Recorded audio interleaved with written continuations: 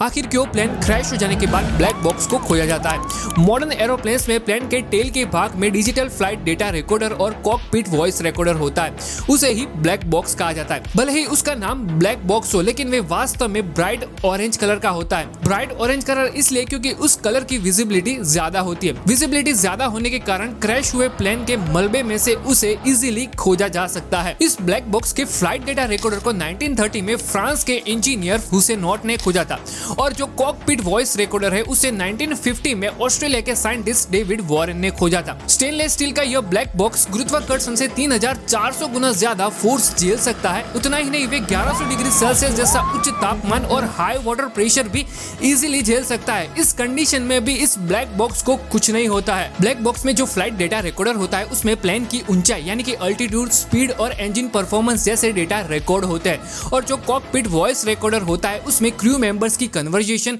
Alarms और radio transmission signal जैसे data record होते हैं। प्लेन क्रैश हो जाने तक एक सेकंड का डेटा इस ब्लैक बॉक्स में रिकॉर्ड होता है। एक बार अगर ब्लैक बॉक्स मिल जाता है तो उसे फोरेंसिक लैब भेज दिया जाता है। वहां पर एक्सपर्ट डेटा को डिकोड करके उसे एनालिसिस करते हैं। इनिशियल इंफॉर्मेशन 24 घंटे में आ जाती है, लेकिन पूरा एनालिसिस करने में एक सप्ताह से भी ज्यादा समय लगता है। इस डेटा से हमें यह पता चलता है कि प्लेन आखिर किस वजह से क्रैश हुआ है और फ्यूचर में ऐसा फिर न हो, इसलिए इसी डेटा का इस्तेमाल करके प्लेन में जरूरी सुधार किया जाता है जिससे फ्यूचर में ऐसा फिर कभी ना हो।